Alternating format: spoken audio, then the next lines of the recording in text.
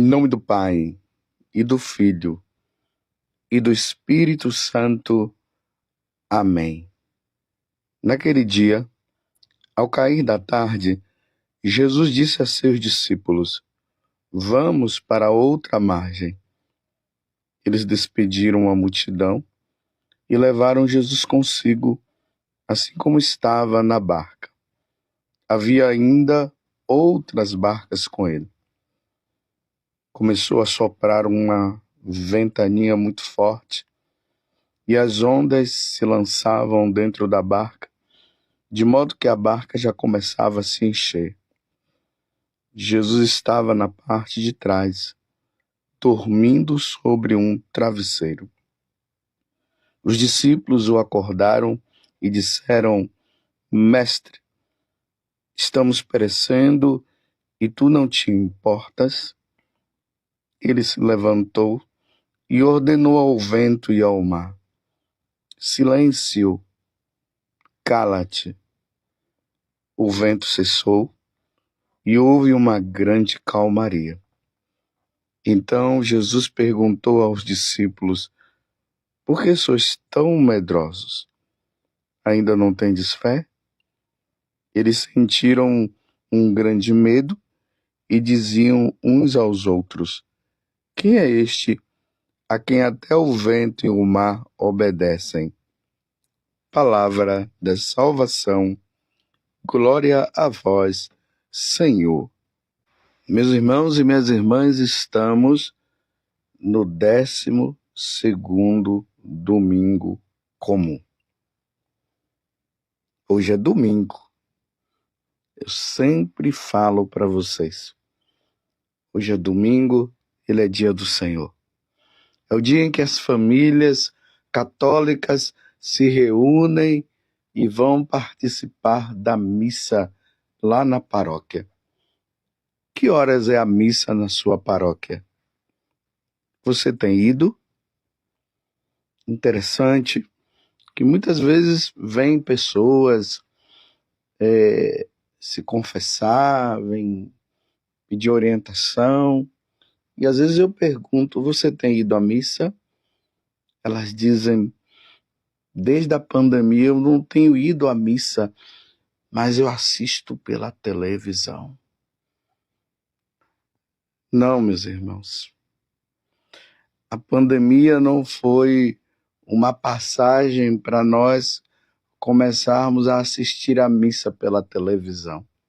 A pandemia foi um momento, foi uma situação que nós vivemos e o Papa, o Santo Padre, autorizou, por causa da contaminação, das pessoas pegarem o vírus da Covid e talvez ser levada a óbito. Então a igreja deu essa pausa, aonde as pessoas deveriam ficar em casa, sim, e assistir a missa pela televisão, mas esse assistir a missa pela televisão não tinha um valor sacramental enquanto presença, porque os sacramentos, eles precisam ser vividos presencialmente. Então, naquele tempo, foi assim. Mas o tempo da pandemia já passou e ainda tem pessoas que ainda estão em casa, não vão à missa, mas não deixaram de ir ao cinema, né? Não deixaram de ir no supermercado, não deixaram de ir no shopping, mas à missa não estão indo, então é preciso voltar à missa. Você que não tem ido à missa, está na hora de voltar. Como você já tem um tempo que não vai, procure um sacerdote, se confesse, se reconcilie com Deus, porque faltar à missa dominical é um pecado gravíssimo, é um pecado mortal, é o 3º mandamento, e nós não podemos viver uma vida em pecado, levando o pecado às costas, e depois vem a morte e aí não se salva. Imagine uma pessoa ir para o inferno porque não ia à missa, porque se propôs a ficar só assistindo em casa numa preguiça, a igreja perto de casa e não vai. Abra um parêntese, a exceção se dá para quem mora na roça. Quem mora na roça não tem como ir. Os idosos que às vezes não têm como ir à missa, porque os filhos acabam não levando. Então não tem como ir, então eles não pecam. Mas aqueles que podem ir à missa, vão à missa. Mas quero dizer também uma coisa, não é ir à missa porque eu não quero ir para o inferno. Não, eu vou à missa porque eu preciso participar do santo sacrifício de nosso Senhor Jesus Cristo. Se vai à missa por amor a Deus, porque nós precisamos prestar culto a Deus, nós precisamos adorar a Deus, nós precisamos agradecer a Deus, nós precisamos pedir perdão a Deus, e tudo isso nós fazemos no sacrifício da missa. E o domingo, o dia do Senhor, é reservado para nós católicos, para nós irmos à missa. Então, vamos à missa, participem da missa. Vamos fazer um propósito agora em diante de todo domingo participarmos da missa. Eu, graças a Deus, né, como padre, eu celebro sempre, né? Não teria como eu não celebrar, só se tivesse doente em alguma situação. Deus me livre de acontecer isso para não ficar, porque eu não quero ficar sem celebrar a missa. Mas você faça esse propósito. Se você for fazer uma viagem, procure não viajar de forma que você chegue no local e perca a missa. Só se não tiver uma outra alternativa. Mas participemos da missa. Hoje é dia do Senhor. E no evangelho de hoje, nós vemos essa situação. Estão ali os discípulos junto com Jesus, numa barca, e de repente vem um vento forte. É interessante que uma vez, nas nossas peregrinações ali na Terra Santa, tem um momento que se passeia no barco, ali no Mar da Galileia, para relembrar justamente essa passagem do Evangelho e muitas outras também, porque foi ali às margens do Mar da Galileia que Jesus chamou os discípulos e assim por diante. E nós estávamos ali dentro da barca, passeando, e de repente começou a chover. E veio aquele ventinho, não um vento forte. E realmente, né, eu falava para as pessoas, já pensou se viesse aquele vento forte como veio ali com Jesus e os discípulos, como seria? Eu ainda brinquei, olha, eu sei nadar, não sei se você sabe, mas só para brincar ali, para nós entendermos mais ou menos o que aconteceu ali com os discípulos. E olha que entre os discípulos tinha ali os pescadores, né? Pedro, Tiago, João eram pescadores. Mas o vento foi tão forte que eles começaram a ficar com medo, a gritar. E Jesus estava atrás. Enquanto eles estavam remando, alguns remando, e ali, naquele momento, de repente vem o vento, eles com medo, eles olham para trás, e Jesus dormindo tranquilamente num travesseiro. Realmente é uma coisa assim muito diferente, né? O vento, a barca se movendo, a água entrando e Jesus lá na maior tranquilidade. E aí que eles olham para Jesus e falam: Mestre, estamos perecendo e tu não te importa? Tu não te importas? E Jesus, como é Deus, se levanta e manda o vento silenciar. E manda o mar e o vento silenciar. Silêncio, cala-te. E o vento cessou e houve uma grande calmaria. Os discípulos ainda não tinham noção de que eles estavam ali com Deus. E Deus é Deus. Deus manda nos ventos, Deus manda no mar. O vento é criatura, o mar é criatura, e eles estão submissos ao Deus Criador. E Jesus ali manda eles silenciar. Tanto que eles ainda estão no processo de conhecimento e no final eles dizem: quem é este a quem até o vento e o mar obedecem? Quem é esse que até o vento e o mar obedecem?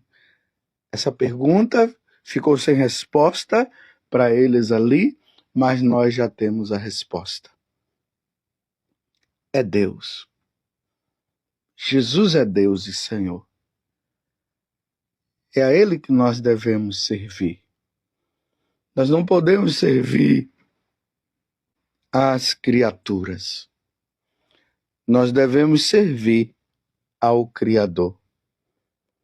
Há uma tendência hoje, dentro da igreja, de nós vermos católicos voltando ao paganismo e, em vez de adorarem a Deus, estão adorando as criaturas. Em vez de adorar Jesus, estão adorando as criaturas. Adorando as árvores, adorando a terra, adorando até os animais. São criaturas. A nossa adoração se dá ao Criador, àquele que criou todas as coisas. Por isso que hoje, na segunda leitura, que está na carta de São Paulo aos Coríntios, São Paulo vai dizer, a segunda carta aos Coríntios, capítulo 5, de 14 a 16. Irmãos, o amor de Cristo nos pressiona, pois julgamos que um só morreu por todos e que logo todos morreram. De fato, Cristo morreu por todos, para que os vivos não vivam mais para si mesmos, mas para aquele que por eles morreu e ressuscitou. Assim, doravante, não conhecemos ninguém conforme a natureza humana. E se uma vez conhecemos Cristo segundo a carne, agora já não o conhecemos assim.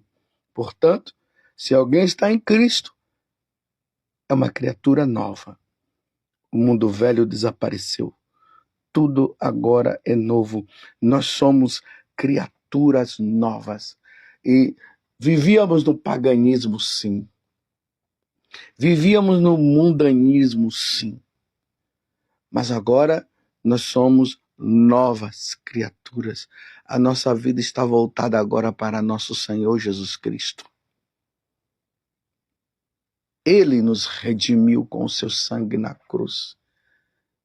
É a Ele que nós devemos adorar. E precisamos entender uma coisa, meus irmãos, Ele cuida de nós. O guarda de Israel, o vigia de Israel, vai dizer o salmista, ele não dorme, ele não dorme. Jesus está cuidando de nós, Deus cuida de nós. E em meio a essas tempestades que estão aí, e qual é a tempestade que você está vivendo? E que talvez você esteja aí numa situação de dizer o que será de mim, o que vai acontecer comigo. Em meio a essa tempestade, saiba que nosso Senhor está ali. Ele está com você. Estarei convosco todos os dias, até o o fim dos tempos. Até o fim dos tempos. Até o nosso fim. Até o dia em que o Senhor nos chamar para a eternidade, para nós convivermos com Ele. Ele estará conosco. Jesus está presente na Eucaristia. Em meio às tempestades. Saiba que Jesus está presente. Não deixe de participar da missa e receber nosso Senhor, sabendo que Ele está ali com você. Naquele momento em que você comunga, Jesus se torna presente, é um com você, é você com Ele. Aquele que come da minha carne e bebe do meu sangue, permanece em mim e eu nele. Então, se o Senhor permanece comigo, permanece com você, ali no sacramento da Eucaristia, nós não podemos temer nada. Nada podemos temer. É interessante, meus irmãos, que na carta de São Paulo aos Filipenses, lá no capítulo 4, no versículo 6, mas eu vou ler o 7º também. Ele diz o seguinte: não vos inquieteis com nada. Estão entendendo? Não vos inquieteis com nada, nada. Nada pode tirar a paz do teu coração, nada. Em todas as circunstâncias, apresentai a Deus as vossas preocupações. Qual é a sua preocupação? Hoje é domingo, o dia do Senhor. Qual é a sua preocupação? Então, apresentai a Deus as vossas preocupações mediante o quê? A oração, as súplicas e a ação de graças. Olha como é que nós fazemos para colocar diante de Deus as nossas preocupações, para que nós não fiquemos preocupados. Porque mesmo que pareça que Deus esteja dormindo, como Jesus estava ali, na verdade, ele não estava dormindo na concepção dos apóstolos, como se ele estivesse dormindo, mas ele estava ali, tudo está submisso a Deus. Então, em meio a essas preocupações, mesmo que você pense que ele esteja dormindo, ele não está, apresente a Deus a tua preocupação, mediante a oração, as súplicas e a ação de graças. Isso tudo na missa acontece. Então, ali na missa, coloque as suas preocupações no cálice do Senhor, na patena. E no momento, receba Jesus ali na Eucaristia. E depois de receber, em ação de graças, agradeça. É o que ele está nos dizendo. Você entende o que São Paulo nos disse? E depois ele complementa. E a paz de Deus, versículo 7, da carta aos Filipenses, capítulo 4. Versículo 7 agora vai dizer: e a paz de Deus, que excede toda a inteligência, haverá de guardar vossos corações e vossos pensamentos em Cristo Jesus. Então, mediante as preocupações, não vos inquieteis com nada. Percebamos agora Jesus ali na barca com os discípulos com medo, em meio àquela tempestade, a água entrando na barca, dentro deles eles estavam ali, nos pensamentos deles, vamos morrer. E Jesus, eles olham para Jesus: mestre, estamos perecendo e tu não te importas. Jesus se levantou e ordenou ao vento e ao mar: silêncio, cala-te. E o vento cessou e houve uma grande calmaria. E agora Jesus repreende-os. Há uma repreensão de Jesus.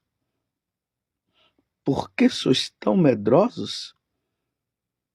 Ainda não tendes fé? Ou seja, vocês não conseguem entender que eu estou aqui? Por que você está assim? Meus irmãos, as pessoas que entram, claro, nós temos a nossa humanidade, eu não estou aqui tirando a nossa humanidade, mas as pessoas que entram no desespero mediante as situações que vão acontecendo, é porque, na verdade, a pessoa perde a noção da presença de Deus, de que Deus está ali. Precisamos ter essa confiança. Você está entendendo? De vez em quando eu estou assim, porque eu também fico assim. Eu sempre me recordo desta passagem de São Paulo na carta aos Filipenses. E olha que eu fiquei com essa passagem durante muito tempo. Não vos inquieteis com nada, não vos inquieteis com nada. É um exercício que nós vamos fazendo dia após dia. E isso vai realmente nos acalmando, porque nós vamos permitindo que esta palavra entre e realmente em meio aos problemas, em meio às dificuldades que nós vamos passando, nós vamos firmando a nossa inteligência e o nosso coração, nós vamos centralizando na pessoa de Jesus Cristo, e aí nós vamos nos acalmando. E ao redor os ventos tão fortes, as águas também querendo nos engolir, mas Jesus está ali. Não vos inquieteis com nada. Ainda que apareça uma situação de uma doença, de algum problema que possa surgir, hoje a igreja é nessa situação que nós estamos vivendo na igreja, esse vento que está indo contra a igreja de toda forma. Às vezes dá a impressão que tudo vai acabar, mas não vai, porque Jesus diz que as portas do inferno não vão prevalecer contra ela. Então, a única coisa que nós devemos fazer é o quê? O que Paulo está dizendo na carta aos Filipenses. Coloque nas mãos de Deus a situação da igreja. Coloque nas mãos de Deus a doença. Coloque nas mãos de Deus o seu casamento. Coloque nas mãos de Deus essa tentação que está querendo dominar você. E mediante a oração, a ação de graças, aquiete o coração. Como aquela barca que o vento vinha e as ondas estavam entrando, Jesus deitado, tranquilo, ele se levanta. Cala-te, silêncio.